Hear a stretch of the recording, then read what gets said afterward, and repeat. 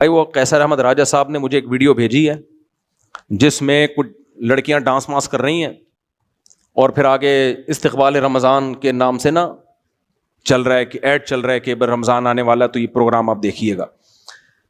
قیصر احمد راجہ صاحب نے میری توجہ اس طرف دلائی کہ آپ نے ڈانس کرنا ہے کرو, آپ نے جو مرضی کرنا ہے کرو, میڈیا پہ کون سا کوئی, لیکن اس پہ رمضان کا خدا کا واسطہ لیبل مت لگاؤ. یہ رمضان کا لیبل نہیں لگاؤ اس پہ. پاکستان اسلام کے نام پہ بنائے اور اس میں شک ہے کہ قرآن و سنت کے خلاف کوئی قانون نہیں ہوگا, شاعر اسلام کی حفاظت ہوگی, تو اس پہ زبردست طریقے سے اس طرح کے پروگراموں پہ احتجاج کرنا چاہیے ہمیں سوشل میڈیا پہ. تو یہ آپ نے جو کرنا ہے کر رہے ہو آپ نا, کون روک رہا ہے ملک میں, لیکن اس پہ رمضان کا, اس سے تو رمضان نا ایک رسم رہ جائے گی, سب کچھ کرتے رہو اور رمضان بھی ہے اور شوال رہے گا, رمضان رہے گا. بھائی قرآن کا حکم کیا ہے؟ ان الذین یحبون ان تشیع الفاحشۃ فی الذین آمنوا لہم عذاب علیم فی الدنیا والآخرہ. جو لوگ بے حیائی پھیلاتے ہیں ان کے لیے دنیا میں بھی دردناک عذاب اور آخرت میں بھی. دنیا میں دردناک عذاب تو حکومت دے گی, اگر اسلامی حکومت ہوگی. حکومت دے نہیں رہی ہے, وہ تو ایسے قوانین پاس کر رہی ہے کہ بے حیائی اور زیادہ پھیلے, لیکن آخرت میں اللہ کی حکومت, اس سے کون بچا سکتا ہے ان کو؟ تو آج جو ہم نے قرآن پڑھا ہے نا, اس میں یہ بھی ہے کہ الشیطان یعیدکم الفقر ویأمرکم بالفحشاء, کہ شیطان تم سے بے حیائی کے وعدے کرتا ہے, اور انما یأمرکم بالسوء والفحشاء, تمہیں برائی اور بے حیائی کا حکم شیطان دیتا ہے. شیطان کا کام ہے یہ. رحمان وہ ہمیں حیا کا حکم دیتا ہے, اور اللہ کا دشمن شیطان وہ ہمیں بے حیائی کا حکم دیتا ہے. تو اس لیے میڈیا کی اس قسم کی حرکتوں پر احتجاج کرنا چاہیے.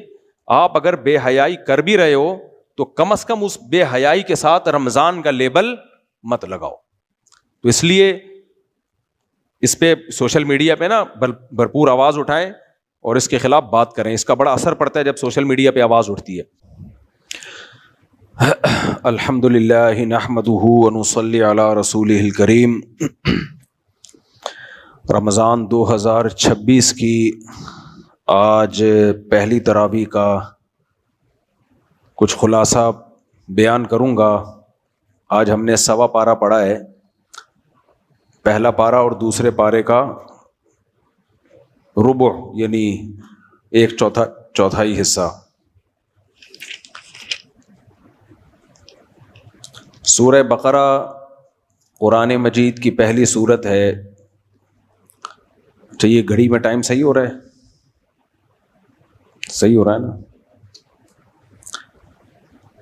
اللہ تعالیٰ نے اس سورت میں, قرآن مجید کی ابتدا میں اللہ تعالیٰ نے قرآن کا تعارف کروایا ہے. دیکھو رمضان جو ہے نا یہ قرآن کا مہینہ ہے. ھدی للناس وبینات من الہدی والفرقان, اللہ کہتے ہیں قرآن میں کہ رمضان وہ مہینہ ہے جس میں ہم نے قرآن کو نازل کیا جو لوگوں کے لیے ہدایت ہے. ہر انسان کو ضرورت ہے سیدھے راستے کی, اس کے بغیر انسان نہیں بن سکتا. تو قرآن کو اللہ نے کتاب ہدایت, سیدھا راستہ. غیر مسلم کبھی بھی سیدھے راستے پہ نہیں ہو سکتے, ان کے پاس سیدھا راستہ ہے ہی نہیں. انسان کو خود نہیں پتہ چلتا سیدھا راستہ کیا ہے, غلط راستہ کیا ہے. صحابہ کرام رمضان کے مہینے میں مسجدوں کو بھرپور طریقے سے آباد کیا کرتے تھے, قرآن سنتے, قرآن سناتے. اسی چیز نے ان کو اللہ کے دین سے جوڑ کے رکھا ہوا تھا. اسی چیز نے ان کو بڑی بڑی طاقتوں کے سامنے احساس کمتری میں مبتلا نہیں ہونے دیا. تو اس لیے شوق و رغبت کے ساتھ یہ درس آپ سنا کریں. پہلا مرحلہ ہوتا ہے سیدھی بات کو سن لینا.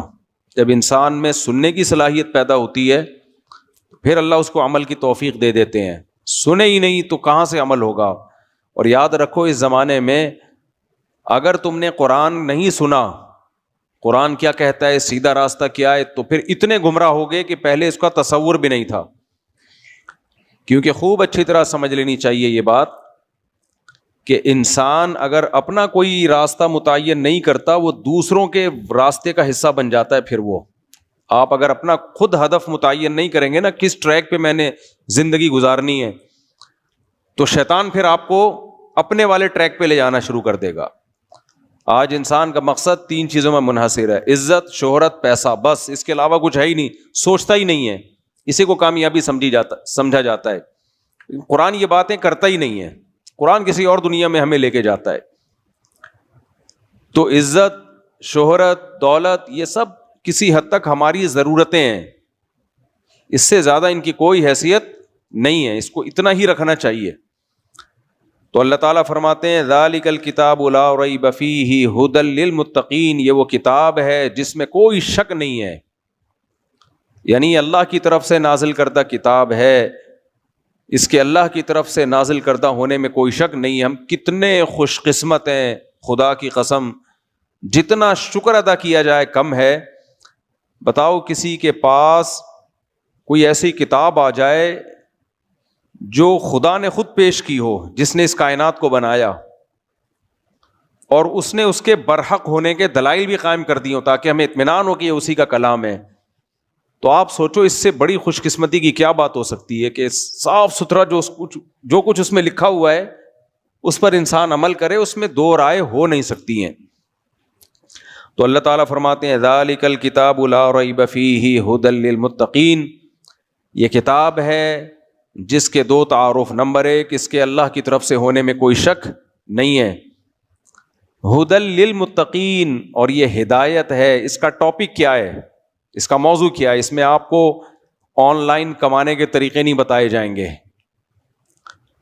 اس میں آپ کو عزت اور شہرت کمانے کے طریقے نہیں بتائے جائیں گے, اس میں آپ کو صحت بنانے کے طریقے نہیں بتائے جائیں گے. آپ جب یوٹیوب پہ جاتے ہو یا شارٹ کلپس دیکھتے ہو یا ٹک ٹاک دیکھتے ہو تو بیوٹی ٹپس بتائی جا رہی ہوتی ہیں, کھانے پکانے کے طریقے بتائے جا رہے ہوتے ہیں, اس میں آپ کو گائیڈ کیا جا رہا ہوتا ہے. یہ مائک صحیح نہیں ہے بھائی, آج گڑبڑ ہے, آواز صحیح نہیں آ رہی نا, گونج رہی ہے. تو آپ جب بھی جاتے ہو نا, آپ کو مختلف قسم کی گائیڈنس مل رہی ہوتی ہیں. کوئی ڈاکٹر بتا رہا ہوتا ہے کینسر سے بچنے کا طریقہ, کینسر کا علاج, موٹاپا کم کرنے کا طریقہ. باڈی بلڈر کو آپ دیکھیں گے وہ آپ کو بتائے گا جم میں مسل بنانے کا طریقہ. تو کھانے پکانے کے طریقے, خواتین کے زیادہ تر چینل بیوٹی ٹپس, یہ سب چیزیں بتائی جا رہی ہوتی ہیں. لیکن قرآن کا ان میں سے کوئی بھی ٹاپک قرآن کا ٹاپک نہیں ہے. کچھ موٹیویشنل اسپیکر ہوتے ہیں, پیسہ کمانے کے طریقے بتائے جا رہے ہوتے ہیں. تو قرآن ان میں سے کسی ٹاپک کو بھی نہیں چھیڑتا. وجہ اس کی یہ ہے, قرآن کہتا ہے کہ میں انسان کو وہ چیز بتاؤں گا جس کے لیے انسان کو پیدا کیا گیا ہے. تو یہ بہت ہی عظیم ٹاپک ہے قرآن مجید کا. آواز صحیح کرو یار اس کی, میرا گلا بہت ابھی سے بیٹھ گیا رمضان سے پہلے. تو اللہ فرماتے ہیں ہدن, یہ گائیڈنس ہے, ہدایت ہے, یہ بتائے گا سیدھا راستہ کیا ہے اور غلط ٹریک کون سا ہے. یہ بھی بتائے گا کہ سیدھے راستے پہ چل کے کچھ ملے گا بھی کہ نہیں ملے گا, اور یہ بھی بتائے گا غلط ٹریک پہ چلنے والوں کا انجام کیا ہوگا. یہ سب چیزیں کس کی ذمہ ہیں؟ قرآن کے ذمہ. اس سے بڑا کوئی اہم ٹاپک ہو سکتا ہے؟ للمتقین, ان لوگوں کے لیے جو اللہ سے ڈرنا چاہتے ہیں, یہ سیدھا راستے پہ چلنا چاہتے ہیں. متقین کا مطلب یہاں جو تقویٰ چاہتے ہیں. کیا مطلب؟ اس سے ہدایت ان کو ملے گی جو ہدایت کی نیت سے اس کو سنتے اور پڑھتے ہیں. دیکھو جب ہم دنیا میں کوئی دوا کھاتے ہیں نا, کوئی علاج کی, آپ پیناڈول کھائیں, سر درد کی نیت, آپ یہ نیت کریں کہ اس سے میرا سر ٹھیک ہوگا, یا نیت نہ کریں, آپ کی نیت کا اس دوا پہ کوئی اثر ہوگا؟ بولو, نہیں ہوگا. اس نے جو کام کرنا ہے وہ کرے گی.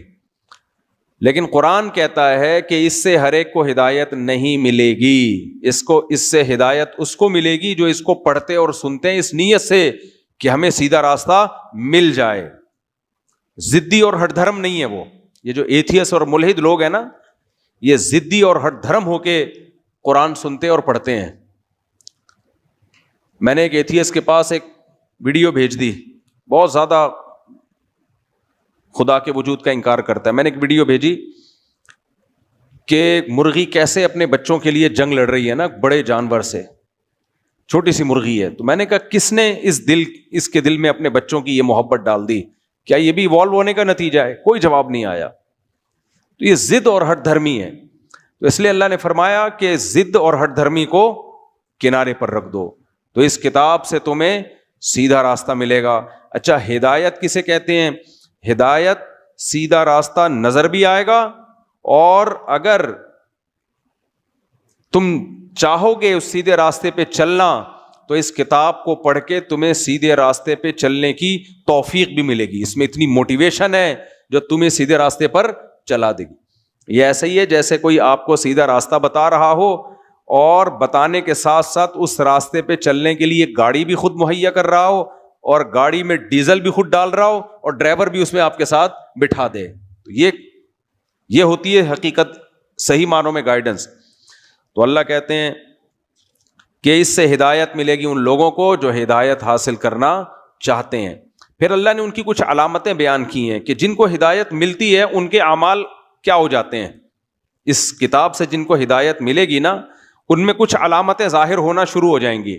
وہ کون سی علامتیں؟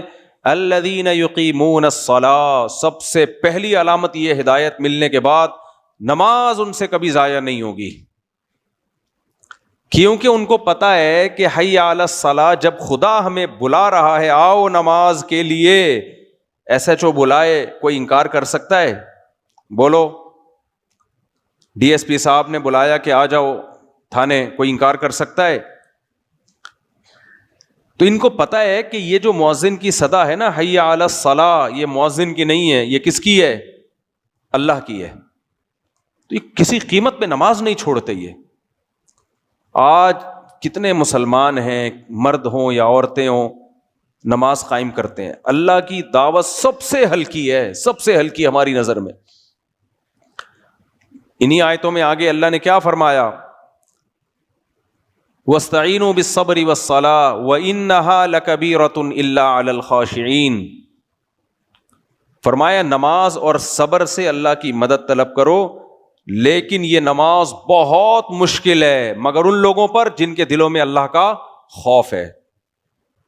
جو اللہ پہ یقین رکھتے ہیں نا, ان کے لیے مشکل نہیں ہے. یہ جو آج نماز بہت مشکل ہے نا, جو ملحد لوگ ہیں, جو مذہب بیزار لوگ ہیں نا, ان کو نماز پڑھانا ایسے ہے جیسے آگ کے انگارے پہ کھڑا کر دینا کسی کو.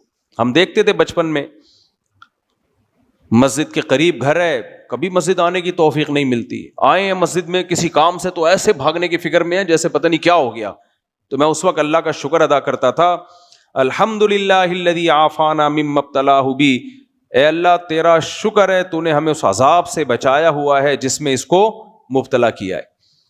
تو آج دیکھ لو, ہر چیز کو ٹائم دینے کا ہمارے پاس ٹائم ہے, لیکن نماز کے لیے نہیں ہے. تو اللہ قرآن میں کیا فرماتے ہیں؟ وَإِنَّهَا لَكَبِيرَةٌ إِلَّا عَلَى الْخَاشِعِينَ. یہ نماز واقعی بڑی مشکل ہے, کیونکہ اس میں کچھ مل نہیں رہا, نظر نہیں آ رہا. نماز پڑھ کے نہ پیسے ملتے ہیں, نہ کوئی آپ کے کوئی ترقی ہو جاتی ہے, نہ کوئی صحت پہ فوری طور پہ کوئی اثر پڑتا ہے, کچھ بھی نہیں ہے. اس لیے دنیا میں جو لبرل لوگ ہیں نا, جو مذہب بیزار لوگ ہیں, ان کے لیے معاذ اللہ سب سے فضول کام نماز ہے. وہ کہتے ہیں ٹائم ویسٹنگ ہے یہ. ہم نے دیکھا بعض دفعہ جماعت ہو رہی ہوتی ہے, پیچھے بیٹھے ہوئے ہوتے ہیں دفتروں میں, کہیں اسٹیشن پہ یا کہیں ایئرپورٹ پہ نا جماعت ہو رہی ہے, وہ کہتے چھوڑو یار یہ مولویوں کا کام ہے, کرنے دو ان کو. تو اس لیے اللہ نے کہا کہ جن کو اس کتاب سے ہدایت ملے گی نا, ان کے دل میں سب سے پہلے کس چیز کی قدر بیٹھے گی؟ نماز کی. الذین یظنون انہم ملاقو ربہم. انہی آیتوں میں سورہ بقرہ میں آیا کہ یہ وہ لوگ ہیں جن کو پتا ہے کہ ہم نے اپنے رب سے ملنا ہے. وانہم الیہ راجعون. اور لوٹ کر ہم نے کہاں جانا ہے؟ اللہ کے پاس. تو جس کو یقین ہے کہ میں نے اللہ کو منہ دکھانا ہے, اس کی نظر میں نماز کی بڑی ویلیو ہوگی. اور جس کو یقین ہی نہیں ہے کہ اللہ کو میں نے منہ دکھانا ہے, اس کی نظر میں سب سے بورنگ کام کون سا ہوگا؟ نماز. وہ دکان کو ٹائم دے دے گا, نماز کے لیے ٹائم نہیں نکالے گا وہ. تو اس لیے اللہ نے سب سے پہلی علامت بیان کی ہے جن کو ہدایت ملے گی. وہ کون لوگ ہیں؟ الذین یؤمنون بالغیب ویقیمون الصلاۃ. جو اللہ کے بتانے سے غیب پر ایمان لے کر آتے ہیں، اور اس غیب پر ایمان کا سب سے پہلا اثر کیا ہوتا ہے؟ نماز کو قائم کرتے ہیں، سب سے پہلا اثر یہ ہوتا ہے۔ غیب کا تذکرہ اللہ نے کیوں کیا؟ دیکھو، غیب کی دو قسمیں ہوتی ہیں۔ غیب کہتے ہیں جو ہمارے حواس خمسہ سے ٹریس نہ ہو سکے، جو ہمارے حواس خمسہ سے ٹریس نہ ہو سکے، نظر نہ آئے ہمیں۔ تو غیب پر اگر کوئی دلیل قائم ہو تو ایمان لایا جاتا ہے، دلیل قائم نہ ہو تو اس پر ایمان لانا توہم پرستی ہے۔ تو اللہ اگر کہہ دے کہ ایسا ہے تو اس کو مان لینا ضروری ہے۔ اللہ نے کہہ دیا موت کے بعد زندگی ہے اور اس پہ دلائل قائم کر دیے، اب بھی اگر کوئی ضدی ہٹ دھرم کہتا ہے کہ نہیں یہ ممکن نہیں ہے، تو وہ کس سے مقابلہ کر رہا ہے؟ اللہ سے۔ اللہ نے کہہ دیا کہ آخرت میں اعمال کا حساب ہوگا، نیک لوگوں کو جنت ملے گی اور برے لوگوں کو آگ میں ڈالوں گا میں، تو عقل مند اللہ کی بات پر یقین کر لیتے ہیں۔ یہ جو جنت اور جہنم ہے نا، یہ صرف قرآن میں نہیں ہے، تورات میں بھی، انجیل میں بھی، جتنی آسمانی کتابیں ہیں، آخرت کا نقشہ سب میں سیم ہے۔ حالانکہ اتنی تحریفات ہوئی ہیں ان میں، لیکن جنت اور جہنم کو وہ اپنی کتابوں سے نہیں نکال سکے۔ تو اس لیے جنت بھی ایک حقیقت اور جہنم بھی ایک حقیقت۔ تو اللہ فرماتے ہیں غیب پر ایمان لاتے ہیں، یعنی ہمارے کہنے سے، اور اس کا سب سے پہلا اثر ہوتا ہے نماز قائم کرتے ہیں۔ وَمِمَّا رَزَقْنَاهُمْ يُنْفِقُونَ، دوسرا اثر ان کی زندگیوں میں یہ آتا ہے کہ جو رزق ہم نے ان کو دیا ہے اس رزق میں سے اللہ کی خاطر خرچ کرتے رہتے ہیں۔ دو قسم کی عبادتیں غیب پر ایمان لانے والے کرتے ہیں، ایک بدنی عبادت جس کو کیا کہا جاتا ہے؟ بولو، نماز۔ دوسری مالی عبادت، جو دنیا پرست آدمی ہے وہ مال پر سانپ بن کے بیٹھ جاتا ہے۔ آپ دیکھ لیں جو مادہ پرست لوگ ہیں نا، ایک ایک پائی کے لیے، ایک ایک پائی، یہ جو آپ سنتے ہیں نا غیر مسلم لوگ نے اپنی ساری جائیداد فلانے کو دے دی، یہ مرنے کے بعد دے رہے ہوتے ہیں، یہ کہ مرنے کے بعد یہ اس کو دے دینا، اس کو دے دینا فلانے کو۔ ورنہ میں نے کچھ ہوتے ہیں بہت تھوڑی مقدار میں نے تو ملیشیا میں وہ قبرستان دیکھا ہے جہاں غیر مسلم لوگوں کی قبریں، جس میں انہوں نے وصیت کی ہوئی ہے کہ ہمیں ہمارے مال سمیت قبر میں دفن کرنا، اور کیا جاتا ہے ان کو۔ تو مسلمان میں سخاوت غیر مسلم سے زیادہ ہوتی ہے۔ اگر کوئی غیر مسلم آپ کو سخی نظر آ رہا ہے نا، تو وہ آپ کو اس لیے سخی نظر آ رہا ہے کہ اس کے پاس جتنا مال ہے آپ اس کو اپنے مال سے کمپیئر کر رہے ہوتے ہو۔ مثال کے طور پر ایک آدمی اگر 1 لاکھ روپے صدقہ کرتا ہے تو رکشہ چلانے والے کو یہ تھوڑا صدقہ لگے گا یا بہت زیادہ؟ بہت زیادہ۔ لیکن اگر اس کی آمدن 20 کروڑ ہے تو اس میں 1 لاکھ تو کچھ بھی نہیں ہے، وہ تو ویسے ہی گر جاتا ہے۔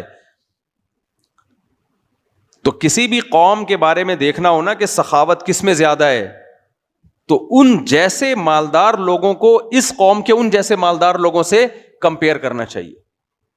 مسلمان کی کتنا سخی ہوتا ہے، مسلمان کی آمدن میں اس کے ماں باپ کا حصہ، مسلمان مرد کی آمدن میں اس کی بیوی کا حصہ، اس کے بچوں کا حصہ، زکوٰۃ، صدقہ فطر، قربانی، اس کے علاوہ جو خرچ کرتا رہتا ہے۔ رمضان میں آپ دیکھیں لوگ کیسے خرچ کر رہے ہوتے ہیں، غیر مسلموں میں یہ نہیں ہے، غیر مسلموں میں نہیں ملے گا آپ کو یہ، الا ماشاء اللہ۔ تو اللہ قرآن میں ہمارے جو ٹرسٹی ہاسپٹل چل رہے ہیں نا، ان ملکوں میں جو غیر مسلم کنٹریز ہیں، ان ملکوں میں حکومتیں جو ارب روپے کی مالک ہوتی ہیں، وہ جن ہسپتالوں کو چلا رہی ہوتی ہے نا حکومت کے خرچے پہ، اتنا خرچے پہ ہمارے ہاں عوام ہسپتالوں کو چلا رہی ہوتی ہے، حکومت نہیں چلاتی۔ یہ جو ہمارے چند ہاسپٹل ہیں، انڈس ہاسپٹل دیکھ لو، شوکت خانم دیکھ لو، اور اس کے علاوہ اور بہت سارے ہسپتال ہیں، اور اس کے علاوہ دینی مدرسے دیکھ لو، دارالعلوم کرنگی دیکھ لو، جامعۃ الرشید دیکھ لو، بنوری ٹاؤن دیکھ لو، لاکھوں ہزاروں مدرسے ہیں، یتیم خانے دیکھ لو، یہ سارے کے سارے کیا گورنمنٹ چلا رہی ہے؟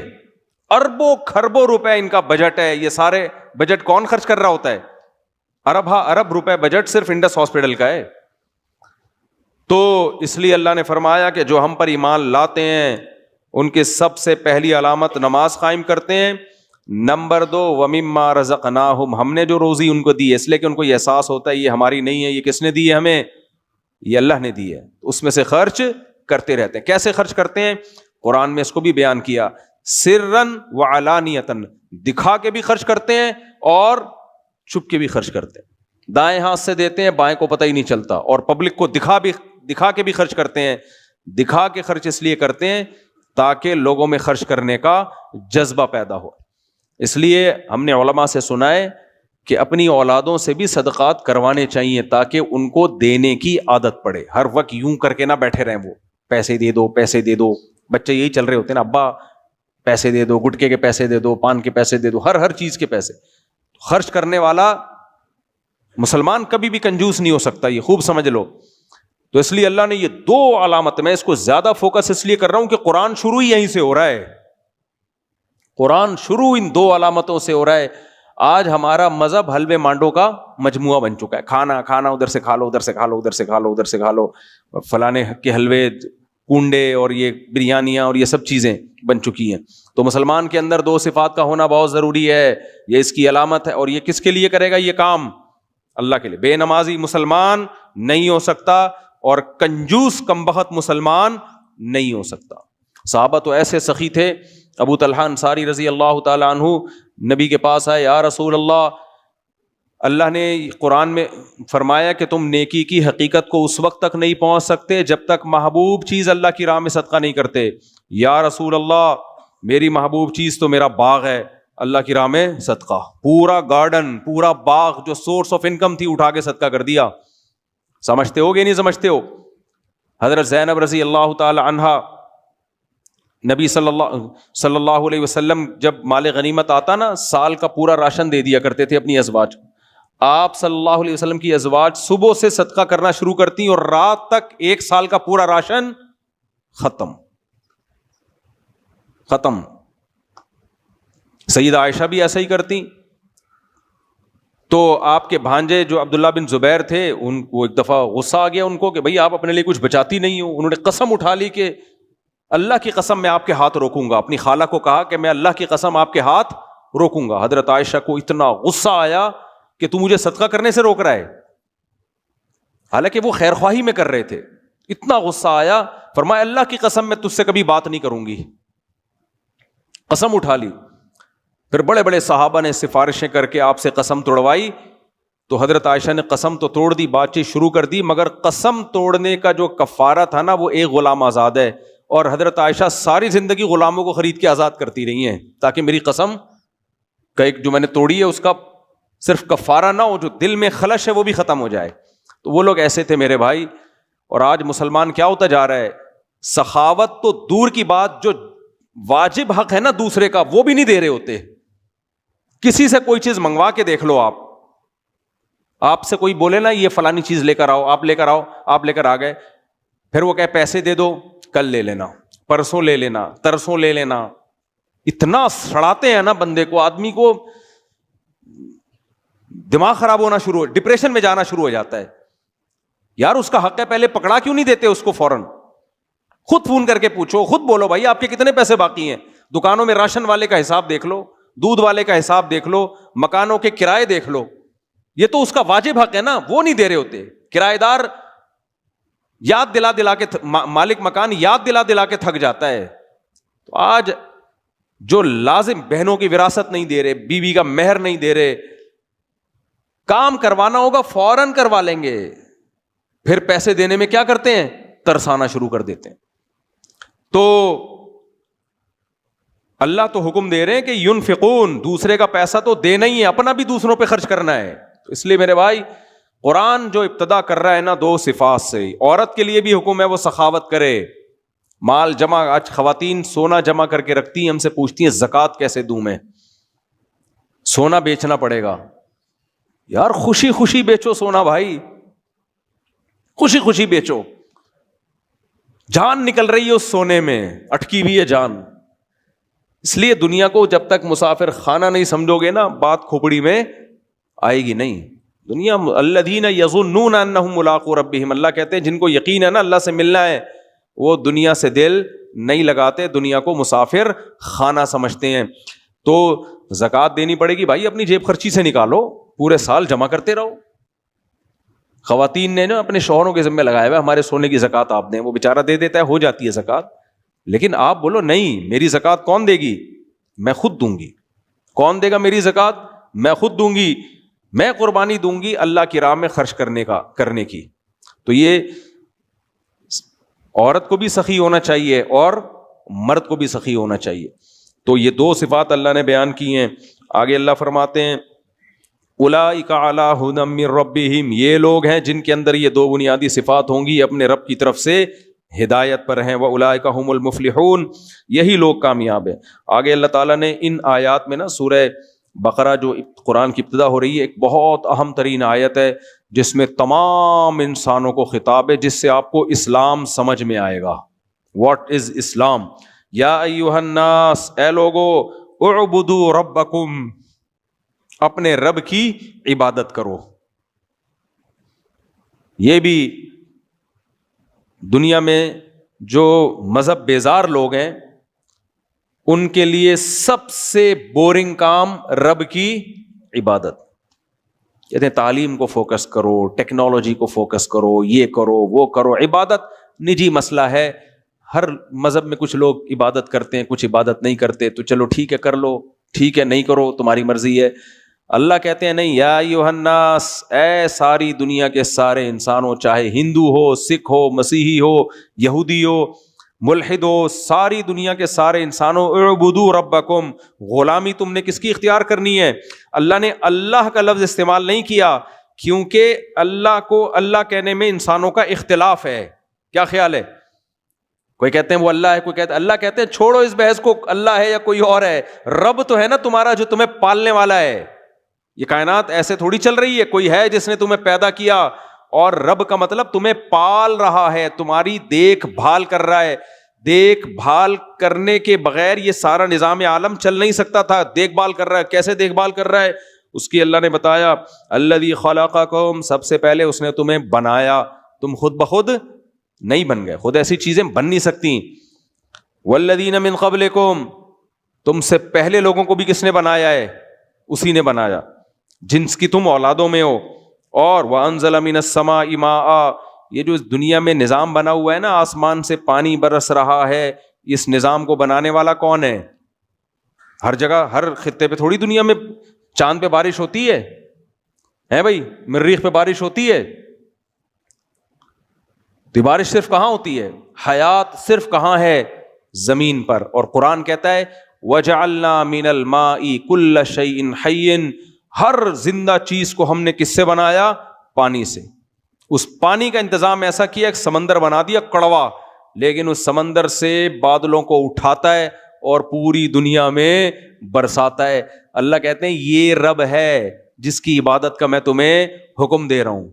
بہت سے سائنسدان پڑھے لکھے لوگ کہیں گے کیا عبادت، کیا دقیانوسی. اللہ کہتے ہیں یہ صرف یہ ریسرچ کر کے یہ بتا سکتے ہیں بارش کیسے ہوتی ہے، پانی ہائیڈروجن ڈائی آکسائڈ کیسے ہے. یہ سارا نظام چلانے والے یہ نہیں ہے. نظام چلانے والا کون ہے؟ رب ہے جس نے تمہیں پیدا کیا. تو اس کی عبادت کرو، وہ ہم سب کا مشترکہ رب ہے. وَأَنزَلَ مِنَ السَّمَاءِ مَاءً فَأَخْرَجَ بِهِ مِنَ الثَّمَرَاتِ رِزْقًا لَكُمْ، اور اس پانی سے طرح طرح کے پھل پیدا کر دیے اس نے. یہ بھی کتنی عجیب بات ہے یا نہیں؟ پانی برستا ہے، گوبر اور مٹی کے ملاپ سے گندم پیدا ہوتی ہے اس پانی سے. گندم کو دیکھو، گوبر مٹی کو دیکھو، پانی کو دیکھو کوئی مناسبت ہے؟ پانی برستا ہے، گوبر مٹی ملتی ہے، اس سے جو پیدا ہوتی ہے، اس سے گھاس پیدا ہوتی ہے، اسی سے خربوزے پیدا ہوتے ہیں، اسی سے تربوز پیدا ہوتے ہیں، اسی سے کینو پیدا ہوتے ہیں، اسی سے انار، مالٹے، طرح طرح کے ثمرات کا مطلب بے شمار طرح کے پھل اور ثمرات، نتائج پیدا ہوتے ہیں. رزقا لکم، جس کو تم کھاتے ہو. یہ پانی کی بنی ہوئی چیزیں خود بخود نہیں بن رہی. کون بنا رہا ہے؟ اللہ. تو اس کی عبادت نہیں کرنی چاہیے؟ ہر ایک کے لیے ٹائم ہے، اس کے لیے تمہارے پاس ٹائم. یا عبادت کا مطلب صرف نماز روزہ نہیں ہے، مکمل اس کی غلامی میں آ جاؤ، اپنے آپ کو حوالے کر دو اس کے. فرمایا فَلَا تَجْعَلُوا لِلَّهِ أَنْدَادًا، اور اس خدا کے ساتھ کسی کو شریک مت کرو. غیر مسلموں میں نے کیا کیا؟ جو ملحد ہیں وہ تو مانتے ہی نہیں خدا کو، ان سارے دلائل کا انکار کر دیتے ہیں، اور جو مانتے ہیں وہ اس خدا کے ساتھ دوسروں کو شریک ٹھہرا لیتے ہیں۔ تو جو محبت خدا کو دینی چاہیے گائے کو دے دی، بتوں کو دے دی، چوہوں کو دے دی، بندروں کو دے دی، سانپ کو دے دی، سورج کو دے دی، چاند کو دے دی۔ اللہ کہتے ہیں لا تجعلوا للہ اندادا، اللہ کے برابر کسی کو مت ٹھہراؤ۔ یہ کوئی بھی اس کائنات کو بنانے میں اور چلانے میں اللہ کے ساتھ شریک نہیں ہے، سب تمہاری طرح مخلوق ہیں، عاجز ہیں، کیوں ان کے سامنے جھکتے ہو؟ تم اشرف المخلوق ہو، سب سے برتر ہو، سب سے برتر جھک کس کے سامنے رہا ہے؟ جو تمہارے غلام ہے۔ قرآن میں دوسری جگہ کیا آتا ہے؟ وَسَخَّرَ لَكُم مَّا فِي السَّمَاوَاتِ وَمَا فِي الْأَرْضِ، جو کچھ آسمانوں میں زمینوں میں ہے تمہارے لیے، تمہارے لیے مسخر ہے، سرونٹ ہے۔ جب اللہ نے ان سب چیزوں کو ہمارا نوکر کہہ دیا تو ابھی ہمارے لیے مقدس ہوئی؟ باس اپنے نوکر کو مقدس سمجھتا ہے؟ کہے گا بھائی یہ خدمت کے لیے، مقدس نہیں ہے، یہ جس کی خدمت کی جا رہی ہے مقدس اور برتر وہ ہوتا ہے۔ یہ کائنات سورج چاند ہماری خدمت کریں گے، گائے ہماری خدمت کرے گی، ہم ان کو مقدس نہیں مانیں گے، یہ ہمارے غلام ہیں۔ سمجھ میں آ رہی بات؟ تو اللہ کہتے ہیں لا تجعلوا للہ اندادا، پہلی آیت میں بتایا کہ عبادت صرف اس اللہ کی ہوگی، یعنی عبادت کرو اللہ کی، دوسری میں بتایا کرو بھی صرف کس کی؟ اس کی۔ جب یہ آیتیں ہم پڑھتے ہیں نماز میں، خدا کی قسم اتنا سکون ملتا ہے کہ اے اللہ تیرا کتنا فضل ہو گیا، تو نے ہمیں عبادت میں بھی لگا دیا، اور صرف کس کی عبادت میں؟ اپنی عبادت۔ نماز میں ہم صرف کس کے سامنے جھکتے ہیں؟ اللہ کے سامنے۔ سجدہ کس کے سامنے؟ اللہ کے۔ تو خدا کی قسم ایمان سے بڑی اور اسلام سے بڑی کوئی نعمت نہیں ہے۔ جن کے پاس اسلام نہیں ہے نا، یا تو وہ خدا کی عبادت نہیں کر رہے، اور اگر کر بھی رہے ہیں تو خدا کے ساتھ دوسروں کو شریک ٹھہرا رہے۔ تو اللہ نے فرمایا فَلَا تَجْعَلُوا لِلَّهِ أَنْدَادًا وَأَنْتُمْ تَعْلَمُونَ، تمہیں معلوم بھی ہے کہ تم غلط کر رہے ہو، خدا کے ساتھ کوئی شریک نہیں ہے۔ آگے فرمایا وَإِن كُنتُمْ فِي رَيْبٍ مِّمَّا نَزَّلْنَا عَلَىٰ عَبْدِنَا، اب اللہ نے اتنا بڑا حکم دے دیا نا کہ میری عبادت کرو۔ عبادت میں کیا ہے؟ 5 نمازیں ہیں، رمضان کے روزے ہیں، پھر زکوٰۃ، خیرات، صدقات اللہ کو راضی کرنے کے لیے، پھر نظر کی حفاظت، زنا سے بچنا، شراب سے بچنا، سارے احکام، یعنی اپنے آپ کو مکمل کس کے حوالے کر دیا؟ اللہ کے۔ تو آدمی کہتا ہے پتہ نہیں اللہ کہہ بھی رہا ہے کہ نہیں کہہ رہا ہے، ایسا تو نہیں مولوی صاحب لگا رہے ہو اپنی طرف سے۔ جب بہت بڑا آرڈر آتا ہے تو انسان تحقیق کرتا ہے کہ یہ آرڈر واقعی ایس ایچ او صاحب کا ہے بھی کہ نہیں ہے۔ کیا خیال ہے بھائی؟ آپ کو حکم دیا ایس ایچ او صاحب نے، آ جا بھائی، آپ مصروف تھے، میں نے کہا یار اپنی مصروفیت چھوڑ کے جاؤں گا، پہلے فون کر کے معلوم تو کر لوں ایس ایچ او صاحب نہیں بلایا ہے، یہ پرچہ انہوں نے ہی دیا ہے، کسی اور کا تو نہیں ہے۔ اس لیے اللہ کہتے ہیں وَإِن كُنتُمْ فِي رَيْبٍ مِّمَّا نَزَّلْنَا عَلَىٰ عَبْدِنَا، تمہیں اگر شک ہے نا کہ یہ کلام جو ہم نے محمد صلی اللہ علیہ وسلم پہ نازل کیا اس کے تردد ہے تمہیں، فَأْتُوا بِسُورَةٍ مِّن مِّثْلِهِ، اس جیسی کوئی سورت تم بھی لے آؤ نا۔ محمد صلی اللہ علیہ وسلم جو لکھنا پڑھنا نہیں جانتے تھے، وہ الحمد سے لے کے والناس تک پورا قرآن لے آئے، تو تم بھی کچھ تھوڑا سا لے آؤ نا۔ آج تک مجھے ایک بات بتاؤ، ایسی کتاب وجود میں آئی ہے جس کا انداز بیان اتنا سلیس، اتنا خوبصورت، جس کے مضامین اتنے پاکیزہ، اور جس میں موٹیویشن اتنی پاورفل ہو کہ 1400 سال پہلے ایک آیت نازل ہوئی کہ جو رمضان کا مہینہ پائے روزے رکھے، 1400 سال بعد بھی اس پہ عمل ہو رہا ہے۔ دنیا کی کسی کتاب میں ایسی موٹیویشن ہے؟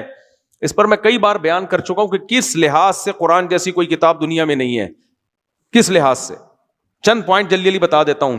دنیا میں ایسی کوئی کتاب، آپ کسی ملحد سے پوچھیں جو ایتھیسٹ ہو نا، دہریہ ہو، جو قرآن کو نہیں مانتا اور بہت بڑا پروفیسر ہو، پڑھا لکھا ہو، کہ یار تو ایک بات بتا، دنیا میں سب سے زیادہ کون سی بک ہے جو پڑھی جاتی ہے؟ ریسرچ کر کے بتا۔ وہ کہے گا بغیر ریسرچ کے بتا دیتا ہوں، سب سے زیادہ کون سی پڑھی جاتی ہے؟ بولتے کیوں نہیں ہو؟ جلدی جلدی بولو نا۔ قرآن۔ کہے گا بغیر ریسرچ کے بتا دیتا ہوں، کیونکہ اس پہ ریسرچ کی ضرورت ہی نہیں ہے۔ سب سے زیادہ وہ نہیں مانے گا قرآن کو، لیں گے کہ پڑھی سب سے زیادہ کون سی جا رہی ہے؟ قرآن۔ آپ اس سے کہیں یار دنیا میں کون سی ایسی کتاب ہے جو بغیر سمجھے بھی پڑھی جاتی ہے؟ وہ فوراً کہہ دے گا، آنکھ بند کرتے ہی ہوگا ملحد، قرآن کا دشمن ہوگا، لیکن کہے گا بھائی کون سی کتاب ہے؟ قرآن۔ آپ اس سے پوچھے اچھا یہ بتا سمجھ کے کون سی کتاب دنیا میں سب سے زیادہ پڑھی جاتی ہے؟ فوراً جواب میں کیا کہے گا؟ قرآن ہے. آپ اس سے کہیں دنیا میں کون سی ایسی کتاب ہے جو 1400 سال گزر گئے لیکن اس کتاب میں ایک حرف کا بھی اختلاف نہیں ہے, ایز اٹ از چلی آ رہی ہے. پوری دنیا میں جہاں پڑھی جاتی ہے زبر زیر پیش کی ذرا سی کوئی غلطی کرے گا پیچھے سے لوگ اس کو ٹوکتے ہیں. اس میں مسلمانوں کا کروڑوں لوگوں کا کوئی اختلاف, 1 ارب سے زیادہ مسلمان ہے نا, کوئی اختلاف نہیں ہے. ایسے 1400 سال سے حفاظت سے چلی آ رہی ہے. کوئی اور کتاب ہے جس کی 1400 سال میں ایسی حفاظت ہوئی ہو؟ فوراً جواب میں کیا کہے گا؟ نہیں. قرآن کے علاوہ کسی کو یہ مقام حاصل بولو نہیں ہوا. آپ اس سے کہ دنیا میں, پھر آپ اس سے اچھا دنیا میں کوئی ایسی کتاب ہے جس کو کھڑے ہو کے پڑھا جاتا ہو, اتنے احترام ہو اس کا کنٹینیوسلی, کون سی کتاب ہے؟ وہ جواب میں کیا کہے گا؟ قرآن. یہ وہ اس کے جوابات نقل کر رہا ہوں جو قرآن کا دشمن ہے, وہ بھی مانے گا. آپ اس سے کہیں اچھا بتا دنیا میں کوئی ایسی کتاب ہے جس کو طہارت کے بغیر ہاتھ بھی نہ لگایا جاتا ہو, اتنی رسپیکٹ کی جاتی ہے اس کی, کروڑوں لوگ بغیر وضو کے ہاتھ نہ لگاتے ہوں, ہے تو کیا نام ہے اس کتاب کا؟ وہ کیا کہے گا؟ بولو نا, صرف قرآن کہے گا. آپ اس سے کہیں اچھا یہ بتا دنیا میں کوئی ایسی کتاب ہے جس میں ایک دفعہ ایک آرڈر آیا, اور آرڈر بھی آسان نہیں, بہت مشکل, اور کروڑوں اربوں لوگ اس پر عمل کر رہے ہوں ایک آرڈر کے بعد, جبکہ اس کتاب پر مصنف کا نام ہی نہ ہو, کسی مصنف کا. اس میں ایک دفعہ آرڈر آیا جو رمضان کا مہینہ پائے روزے رکھے. یہ آسان حکم ہے؟ مشکل ہے. 2 دن روزے ڈاکٹروں کے کہنے پہ نہیں رکھتے لوگ. 1400 سال پہلے حکم آیا تھا, 1400 سال سے اربوں کھربوں لوگوں نے روزے رکھ لیے ہیں, اور اب بھی رکھ رہے ہیں پوری دنیا میں. ان ملکوں میں بھی رکھ رہے ہیں جہاں 22 گھنٹے کے روزے ہوتے ہیں, ان ملکوں میں بھی رکھ رہے ہیں جہاں سردی ہو, ان ملکوں میں بھی جہاں شدید گرمی ہو. آپ کہیں دنیا کی کوئی ایسی کتاب جس نے, کوئی ایسا قانون جس نے کہا شراب انلیگل ہے اور کروڑوں لوگوں نے چھوڑ دی ہو انلیگل کہ کوئی ہے کتاب؟ آج قانون بنتا ہے دنیا میں انلیگل, کوئی بھی نہیں مانتا اس. قرآن نے ایک دفعہ کہا حرام, جن لوگوں کو کہا وہ شراب کے دھتی تھے, اس دن سے انہوں نے ایسا حرام سمجھا. 1 ارب 22 کروڑ مسلمان اب تک کیا سمجھ رہے ہیں؟ حرام, اور ان میں میجورٹی اب تک بچتی ہے. کوئی ایسی کتاب ہے جو 1400 سال پہلے لکھی گئی ہو جس کے مضامین اتنے پیارے, اتنے پاکیزہ, ایک خدا کی عبادت جس میں نماز روزے کی ترغیب ہو, غریبوں پہ خرچ کرنے کی ترغیب ہو, یتیموں پہ خرچ کرنے کی ترغیب ہو. یہ کہا جا رہا ہو جس نے یتیم کا مال کھایا ایسے جیسے آگ کے انگارے ڈالے اس نے, جس میں یہ سمجھایا جا رہا ہو کہ رشتہ داری کو جوڑو, جس میں یہ سمجھایا جا رہا ہو کہ شراب حرام ہے, جوا حرام ہے, سود حرام ہے, زنا کے قریب مت جاؤ, اور ایک دوسرے کو قتل مت کرو. یہ ساری پاکیزہ تعلیمات جس میں کہا جا رہا ہو معاہدوں کی پابندی کرو, اس چیز کے پیچھے مت پڑو جس کے پاس, جس کی نالج تمہارے پاس نہیں ہے, کیونکہ ان السمع والبصر والفؤاد کل اولئک کان عنہ مسئولا. آنکھ ناک ہر عضو کے بارے میں تم سے قیامت کے دن سوال ہوگا. ایسی پاکیزہ تعلیمات دنیا میں کسی مذہب کے پاس, کسی کتاب کے پاس نہیں. تو اس لیے قرآن کہہ رہا ہے ایسی کتاب لاؤ نا. پھر اس کا تو مطلب یا پھر یہ ہوا دوسری تو کوئی کتاب تمہارے پاس ہے نہیں, اس کو تم اللہ کی نہیں مانتے. اس کا مطلب یہ ہوا کہ اللہ نے اپنے بندوں کو پیدا کر کے لاوارث چھوڑ دیا ہے, کوئی گائیڈنس نازل کی نہیں ہے. اس لیے اللہ فرماتے ہیں تم بھی لاؤ اس جیسی کتاب. کتاب کیا ایک صورت نہیں لا سکتے. آگے اللہ فرماتے ہیں فَإِن لَمْ تَفْعَلُوا, اے لوگو, اے انسانوں, اگر تم یہ نہیں کر سکتے نا. خطاب صرف ہم سے نہیں ہے, چائنا والوں سے بھی, جاپان والوں سے بھی, امریکہ والوں سے بھی, انڈونیشیا, ملیشیا, کینیڈا, افریقہ, سب سے اللہ کا خطاب ہے, کیونکہ اللہ صرف ہمارا رب نہیں ہے, ساری دنیا کے سارے انسانوں کا رب ہے. اللہ کہہ رہے اگر تم ایسی کتاب نہیں لا سکتے تو, اور اس بحث میں ٹائم ضائع کر رہے ہو کہ یہ مسلمانوں کی کتاب ہے, خدا کی نہیں ہے. فاتقوا النار التي وقودها الناس والحجارہ, تو یہ ہلکا جرم نہیں ہے میری کتاب کا انکار کر دینا. اس آگ سے ڈرو جس کا ایندھن انسان اور پتھر ہیں. میں نے ایسی آگ بنائی ہوئی ہے خدا کے نافرمانوں کے لیے جو انسانوں کے جلنے سے بھڑکے گی اور پتھروں کے جلنے سے بھڑکے گی وہ آگ. اس آگ سے ڈرو. پھر کیوں اللہ دھمکی دے رہا ہے؟ اس لیے کہ خدا کی باتوں کا انکار, یعنی اللہ کو آپ ہلکے میں لے رہے ہو. کوئی بہت بڑا طاقتور آدمی آپ کو دھمکی دے کے جائے اور آپ پڑے ہوئے خراٹے لے کے سو رہے ہو, اس میں وہ اپنی انسلٹ محسوس کرے گا کہ نہیں کرے گا؟ وہ اگلا پیغام جو آپ کو دے گا وہ کہے گا بھائی تو نے مجھے بہت ہلکے لے لیا ہے, تو نے مجھے بہت ہلکے لے لیا ہے, میں اتنا ہلکا ہوں نہیں. تو یہاں بھی اللہ کہتے ہیں کہ اگر تم خدا کی کتاب کا انکار کرو گے اس دلیل کے باوجود, فاتقوا النار التي اعدت للکافرین, فاتقوا النار التي وقودها الناس والحجارہ, اس آگ سے ڈرو جس کا ایندھن انسان اور پتھر ہیں. وبشر الذین آمنوا وعملوا الصالحات, اور اگر تم اس کتاب پر ایمان لاتے ہو اور صرف ایمان نہیں لاتے, اس میں جو اچھی باتیں لکھی ہیں اس پر عمل بھی شروع کر دیتے ہو. وہ عمل کیا ہے؟ سب سے پہلے عقیدہ توحید, نمبر 2 نماز پابندی سے قائم کرنا, نمبر 3 زکوٰۃ دینا اور صدقات و خیرات کنجوسی سے توبہ کرنا, نمبر 4 نظر کی حفاظت کرنا, زنا بھی نہیں کرنا, زنا کے قریب بھی نہیں جانا, اور سود سے بچنا, جوئے سے بچنا, حلال حرام کی تمیز کے ساتھ پیسہ کمانا, رشتہ داری جوڑنا. یہ سارے احکام جو انشاءاللہ قرآن مجید میں آتے رہیں گے. تو اللہ کہتے ہیں جو اس کتاب کو مان کے دوسری جگہ پر آتا ہے فَيَتَّبِعُونَ أَحْسَنَ, اس کی اچھی اچھی باتوں پر عمل کرنا شروع کر دیتا ہے. وَبَشِّرِ الَّذِينَ آمَنُوا, تو اے نبی آپ ان کو خوشخبری سنا دیں جو لوگ نیک اعمال کرتے ہیں, ان لہم جنات تجری من تحتها الانہار, کہ ان کے لیے اللہ نے ایسے باغات تیار کر کے رکھے ہیں, تجری من تحتها الانہار, جن کے نیچے نہریں بہتی ہیں. جنت کسے کہتے ہیں؟ جن کا لفظ آپ نے سنا ہے کہ نہیں سنا؟ جن کسے کہتے ہیں؟ جن کو بولتے ہیں بھوت کو بولتے ہیں. کیوں بولتے ہیں عربی میں؟ عربی میں جیم نون, نون کا مادہ جہاں آتا ہے نا, جیم ڈبل نون, اس کا معنی ہوتا ہے چھپی ہوئی. جن کو بھی جن اس لیے کہتے ہیں کہ نظر نہیں آتا, عاملوں کو بھی نظر نہیں آتا. خوب سمجھ لو, جھوٹ بولتے ہیں کہ ہمیں جن نظر آ رہے ہیں, یہ بکواس کرتے ہیں. تو مجنون کو مجنون کیوں کہتے ہیں؟ اس لیے کہ اس کی عقل چھپ جاتی ہے, پردہ پڑ جاتا ہے اس کی عقل پہ. سمجھ میں آ رہی ہے بات؟ جنون عقل کا پہ پردہ پڑ جانا, چھپ جانا عقل کا. اور وَإِذْ أَنْتُمْ أَجِنَّةٌ فِي بُطُونِ أُمَّهَاتِكُمْ, جنین اس بچے کو کہتے ہیں جو ماں کے پیٹ میں ہو, کیونکہ وہ بھی کیا ہے؟ چھپا ہوا ہے, نظر نہیں آتا, اس کو جنین کہا جاتا ہے. اس کی جمع اجنہ آتی ہے.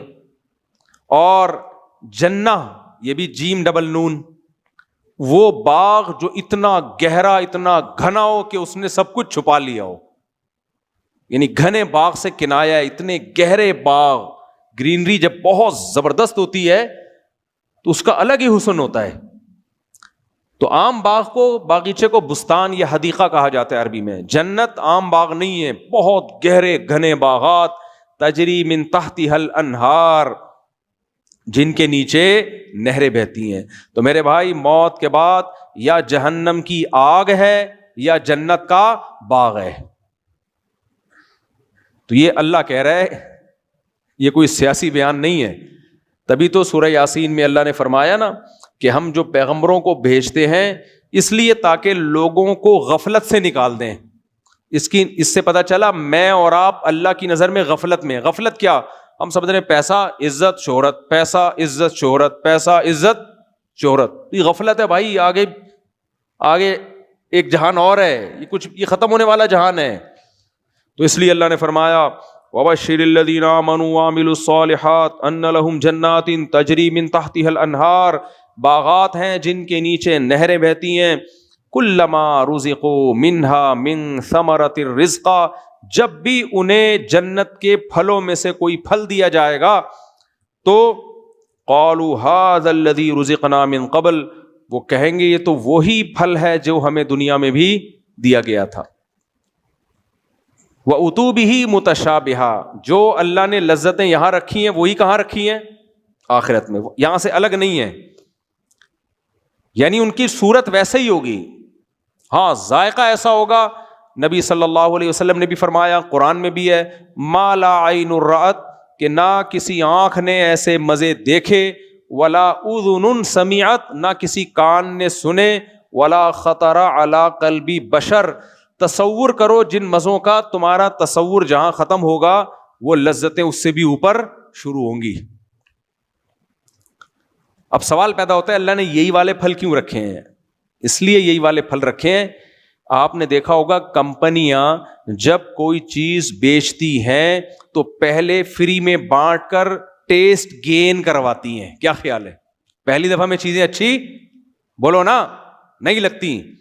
جب ایک دفعہ ٹیسٹ گین ہو جاتا ہے پھر وہ چیز دیکھ کے دل تڑپتا ہے. جیسے میں نے 24 گھنٹے کڑک چائے نہ پیو نا ہوٹل کی یا گھر کی کڑک چائے, کسی کو پیتا ہوا دیکھ لوں تو دل کیا ہوگا؟ مچلے گا. شدید بھوک لگ رہی ہے, آپ کے سامنے کوئی حلال چائنیز ڈش آ جائے, بھوک ختم ہو جائے گی آپ کی. چائنیز ڈش آ جائے کوئی عجیب سے نا, وہ اس میں یوں یوں کر رہے ہوں, آکٹوپس گھوم رہے ہوں اس میں یوں یوں کر کے, بھوک آپ کی کیا ہوگی؟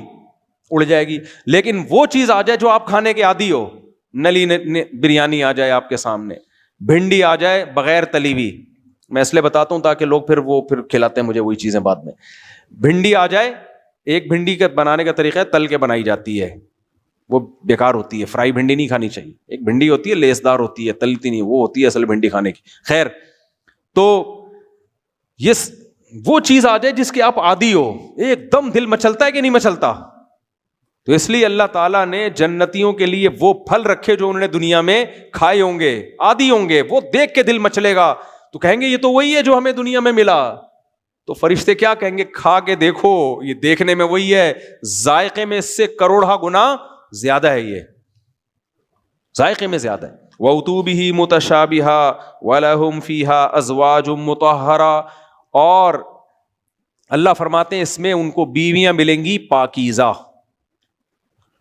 سوچو کیا خوبصورت منظر اللہ نے بندوں کے لیے رکھا ہے, خوبصورت باغات, نیچے نہریں بہ رہی ہیں, اور قرآن میں دوسرے مقامات پہ آتا ہے بے جوڑ موتی کے محلات. محل ہوں گے موتیوں کے محل, یعنی ان کی جو دیواریں ہوں گی وہ کس کی ہوں گی؟ یاقوت اور مرجان کی, جس میں جوڑ نہیں ہوں گے. آج کنسٹرکشن میں اس کا بڑا خیال کیا جاتا ہے, یار پلر نہیں ہے, صحیح ہے نا, سارا بیڑا غرق کس سے ہو جاتا ہے کنسٹرکشن کا؟ پلر سے. آتے آتے بندہ پلر سے ٹکراتا ہے, دیواروں میں جوڑ لگے ہوتے ہیں. تو جتنی بغیر جوڑ کے دیوار ہوگی اتنی زیادہ اس میں خوبصورتی ہوگی, کیونکہ جوڑ کا بھی ایک نشان آ رہا ہوتا ہے نا. تو اللہ فرماتے ہیں باغات جن کے نیچے نہریں بہتی ہیں, اور ہر طرح کے پھل, اور بے جوڑ موتی کے محلات, اور اس میں ان کو بیویاں دی جائیں گی. وہاں بھی گرل فرینڈ نہیں ملے گی, کیونکہ جو گرل فرینڈ والے لوگ ہیں ایسے غلیظ اور ناپاک لوگوں کے لیے اللہ نے جنت بولو نہیں رکھی. جو گندا آدمی ہے نا, دیکھو گدھا گدھی کو بیوی نہیں بناتا, ریلیشن قائم کرتا ہے. تو عورت سے وداؤٹ میرج ریلیشن قائم کرنا یہ انسانوں کا کام نہیں ہے, یہ گدھے گھوڑوں کتوں بلوں کا کام ہے. جب میں یہ لفظ بولتا ہوں نا گرل فرینڈ والوں کو بڑا غصہ آتا ہے, میں کتے بلے کہہ رہی ہے, لیکن کام کتوں والا پھر بھی نہیں چھوڑیں گے. یہ کتوں بلوں گدھے گھوڑوں کا کام ہے. پیغمبروں کا کام جو انسانیت کی معراج پر ہوتے ہیں نکاح کرنا ہے. سمجھ میں آ رہی ہے بات؟ وہ بیوی بنا کے جوڑوں کی شکل میں رہتے ہیں انسانوں کی طرح, گھر والی کو لے کر آتے ہیں جس سے اولاد ملتی ہے ان کو. تو اس لیے اللہ نے جنت میں بھی گرل فرینڈ نہیں رکھی ہے, ازواج مطہرہ, بیویاں ہوں گی وہاں بھی. بیوی اور گرل فرینڈ میں کیا فرق ہوتا ہے؟ دو بنیادی فرق ہوتے ہیں. نمبر ایک, وہ کسی اور سے آپ کی موجودگی میں تعلق قائم نہیں کر سکتی. وہ کس کی ہے؟ صرف بولو نا آپ کی. یہ ایک علمی نقطے کی بات ہے, اس کو نوٹ کر لو. بیوی اور گرل فرینڈ میں کیا فرق ہے؟ گرل فرینڈ کا دوسرا بھی بوائے فرینڈ ہو سکتا ہے. ہاں غیر اخلاقی سمجھا جاتا ہے اس کو سوسائٹی میں کہ صرف ایک ہی بوائے فرینڈ ہونا چاہیے, لیکن اگر دوسرا جمشید بھی آ گیا اس کی زندگی میں تو زیادہ زیادہ آپ چھوڑ دو گے یا نہیں چھوڑو گے, چلو بھائی دو بوائے فرینڈ ہیں, یہی ہو جائے گا نا. بیوی کا شوہر صرف ایک ہوتا ہے, جو محبت شوہر سے ہوتی ہے وہ کسی اور مرد کو دے نہیں سکتی. یہ پوری دنیا میں مسلم ہے, یہ چاہے ہندو ہو سکھ ہو سب میں یہ. دوسری چیز یاد رکھو, گرل فرینڈ جب چاہے آپ کو چھوڑ سکتی ہے, بیوی باؤنڈ ہوتی ہے. جب تک آپ ڈیورس نہیں دو گے وہ آپ سے علیحدہ نہیں ہو سکتی، اس لیے انسان کو اس کے اپنے ہونے کا احساس ہوتا ہے. ہماری عدالتوں نے حرام خوری کر کے اور ہمارے کچھ مذہبی اسکالر نے حرام خوری کر کے عدالتوں کو خلا کا رائٹ دے کے بیوی اور گرل فرینڈ میں یہ فرق ختم کر دیا ہے. کچھ اسکالر ہیں جہل مرکب، جن کو نہ قرآن کا پتہ نہ حدیث کا پتہ. آج کل وہ فتوے دیتے پھر رہے ہیں اور میرے خلاف کلپ بنا کے پھینک رہے ہیں کہ اس کی حنفی ہیں، مقلد ہیں، اندھے، ان کو کیا پتا. عدالت کو بھی رائٹ ہے کہ وہ خلا عورت کا حق ہے، وہ یک طرفہ لے سکتی ہے. حالانکہ خلا قرآن سے حدیث سے پتہ چلتا ہے میاں بیوی کا ایگریمنٹ ہے، جب تک مرد نہیں چھوڑے گا بیوی نہیں چھوٹتی، وہ نکاح ختم نہیں ہوتا، سوائے اس چند کنڈیشن کے جس میں مرد کا ظالم ہونا ثابت ہو جائے، متعنت ہونا ثابت ہو جائے، جس کو تنسیخ نکاح کہتے ہیں. نارملی ایسا نہیں ہو سکتا. تو بیوی اپنی ہوتی ہے. سمجھ میں آ رہی ہے بات کہ نہیں آ رہی ہے؟ تو اس لیے اللہ نے فرمایا کہ ازواج ملیں گی، گرل فرینڈ نہیں ملے گی. بیوی اس لیے کہ تمہیں یقین ہوگا یہ میری ہے، یہ نہیں کہیں جانے والی. جب آدمی کا نکاح ہوتا ہے نا تو اسے اسلام بتا دیتا ہے طلاق لمن اخذ بالساق، صحیح حدیث میں آتا ہے. اب یہ نکاح ہوا اس کی مرضی سے ہے، اب یہ ہمیشہ کس کی رہے گی؟ تمہاری. جب تک تم ڈیورس نہیں دو گے، چھوڑو گے نہیں، تو یہ جا نہیں سکتی. یہ اپنائیت کا احساس ہوتا ہے مرد کے دل میں اپنی بیوی کے بارے میں، تبھی وہ بیوی سے دل بھی لگاتا ہے، جائیدادیں اس کے نام کر دیتا ہے، گیس بجلی کا بل دیتا ہے، اس سے اولادیں پیدا کرتا ہے. اپنائیت کا احساس اسے بیوی کے حقوق پر مجبور کرتا ہے. لیکن یورپ نے اور مغربی دنیا نے اور ہماری عدالتوں نے اور ہمارے کچھ نام نہاد جاہل قسم کے اسکالرز نے کیا کیا؟ بیوی کو بھی یہ کہہ دیا کہ تمہارے پاس بھی یہ رائٹ ہے، تم جب چاہو عدالت سے خلا لے سکتی ہو. اس کا رزلٹ فیوچر میں کیا نکلے گا کہ مرد کہے گا کسی بھی وقت یہ مجھے چھوڑ کے جا سکتی ہے. اس کو ایسے، اس کے ساتھ آپ کا بیہیویئر ایسے رکھو جیسے جمشید کا اپنی گرل فرینڈ کے ساتھ ہے. پراپرٹی نہیں دینی، کیونکہ پراپرٹی دی کل خلا لے کے چلی گئی تو میرا کیا ہوگا. بچے پیدا نہیں کرنے، کل خلا لے کے چلی گئی تو بچے بھی مارکیٹ سے شارٹ، بچے بھی گئے. اور یہ ہو رہا ہے باہر ملکوں میں. آپ مذاق سمجھ رہے ہو؟ میں جو اتنے باہر ملکوں کے چکر لگا رہا ہوں نا، لوگ کہتے ہیں ہر 4 دن بعد کینیڈا پہنچے ہوئے ہوتے ہیں، امریکہ پہنچے ہوئے ہوتے ہو. میں وہاں گھومنے پھرنے نہیں جاتا. یہ تو گھومنے پھرنے کی ویڈیوز آ رہی ہوتی ہیں، زبردستی لوگ لے جاتے ہیں، برف پہ نماز ہو رہی ہے، یہ ہو رہا ہے، تو تھوڑا بہت انٹرویو. اصل میرا کام یہ نہیں ہوتا، اصل تو میرا کام کچھ اور ہوتا ہے، دیکھنا ہوتا ہے سوسائٹی کو. تو یہ وہاں اب لوگ پتہ ہے کیا کرنے، شادی کرتے ہیں یا تو رجسٹر نہیں کرتے تاکہ عذاب نہ بن جائے ہمارے لیے، کرتے ہیں پہلے جائیداد اپنے بھائی کے نام کر دیں گے پھر شادی کریں گے. یار یہ ہم سے طلاق لے کے نہ چلی گئی یا ہم نے چھوڑنا پڑ گیا، تو اتنے عذاب میں ڈال دیا نا انہوں نے لوگوں کو. اس لیے قرآن نے کہا کہ وازواج مطہرہ، تمہیں جنت میں جو خوبصورت حوریں ملیں گی بیوی بنا کے لاؤں گا. تمہیں یہ احساس ہوگا یہ کس کی ہیں؟ میری. جب تک میں نہیں چھوڑوں گا یہ کہیں جانے والی نہیں ہے. اسی پہ انسان محبت کرتا ہے، اسی پہ اس کے ساتھ وفا کرتا ہے انسان. سمجھتے ہو گے نہیں سمجھتے؟ تو یہ جنت ہے جو اللہ نے نیک لوگوں کے لیے تیار کر کے رکھی ہے. آگے بھی بہت دلچسپ آیتیں ہیں، وقت بہت ہو گیا تو یہ تو پورا مہینہ چلتا رہے گا انشاءاللہ. میں خلاصہ نہیں بیان کرتا، میں سلیکٹڈ آیتیں بیان کرتا ہوں. تو آج 2 چیزیں بہت اہم ہیں جو اللہ نے علامات بیان کی ہیں. پہلی علامت نماز قائم کرتے ہیں، دوسری مسلمان کنجوس بولو نہیں ہوتا ہے، اللہ نے جو رزق دیا اس میں سے خرچ کرتا رہتا ہے. اور تیسری جو ہم نے اہم ترین آیت کہ یہ کلام اللہ کا کلام ہے، اس کا انکار ہلکا جرم نہیں ہے. اور جو نیک اعمال اختیار کریں گے اللہ کہتے ہیں بشر الذین آمنوا، بشارت کہتے ہیں اس خوشخبری کو جو آپ کے رونگٹے کھڑے کر دے. کوئی غریب آدمی جس کے پاس نہ کھانے کو نہ پینے کو اور بے روزگار پھر رہا ہے، اسے کوئی آ کے کان میں کہہ دے کہ تیری جاب لگ گئی ہے، 1 کروڑ روپے تنخواہ ہوگی، گاڑی ہوگی، بنگلہ ہوگا، یہ ہوگا وہ ہوگا، وہ یا تو اس کو خواب سمجھے گا یا خوشی سے اس کے رونگٹے کھڑے ہو جائیں گے. تو اللہ کہتے ہیں ایسی خوشخبری سنا دیں، ہلکی خوشخبری نہیں ہے. اور یہ کس کی طرف سے ہے؟ اللہ کی طرف سے ہے. تو وَلَهُمْ فِيهَا خَالِدُونَ، فرمایا اس جنت میں یہ ہمیشہ رہیں گے، کوئی ان کو نکالنے والا نہیں ہوگا. اللہ تعالیٰ سمجھنے کی عمل کی توفیق عطا فرمائے. کل بھی انشاءاللہ اس سورہ بقرہ ہی کی کچھ آیتیں لے کے چلوں گا میں. سبحانک اللہم بحمدک، نشہد ان لا الہ الا انت، نستغفرک.